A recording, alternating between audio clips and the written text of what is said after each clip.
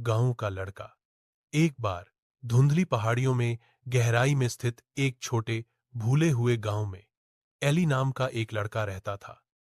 उसका परिवार पीढ़ियों से वहां बाहरी इलाके में एक जीर्ण शीर्ण कुटीर में रहता था। ग्रामीण उसे जानते थे, लेकिन कुछ ही उससे बात करते थे, क्योंकि एली अलग था, हमेशा दूर। उसकी आंखें कुछ परेशान करने वाली चीज से धुंधली थीं, जैसे एक तूफान जो कभी नहीं टूटा। जब एली सिर्फ एक बच्चा था, उसके माता पिता बिना किसी निशान के गायब हो गए थे, जिससे वह अकेले गांव में भटकता रहा। कुछ लोगों ने कहा कि उन्हें जंगल ने दावा किया था, दूसरों ने अंधेरी ताकतों के खेल की फुसफुसाहट की, लेकिन कोई भी निश्चित रूप से नहीं कह सकता था। लड़के की अजीब चुप्पी गांव की बात बन गई। बुजुर्गों ने उस शाप के बारे में बड़बड़ाया जो उसके परिवार पर मंडरा रहा था।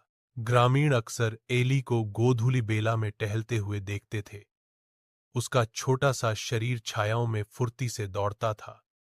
उसका चेहरा पीला था, मानो चांदनी ही उसकी त्वचा में बह गई हो। लेकिन यह सिर्फ उसका अजीब व्यवहार ही नहीं था जिसने ग्रामीणों को बेचैन कर दिया था। यह उसके हर जगह जाने के बाद होने वाली अस्पष्टीकृत घटनाएं थीं।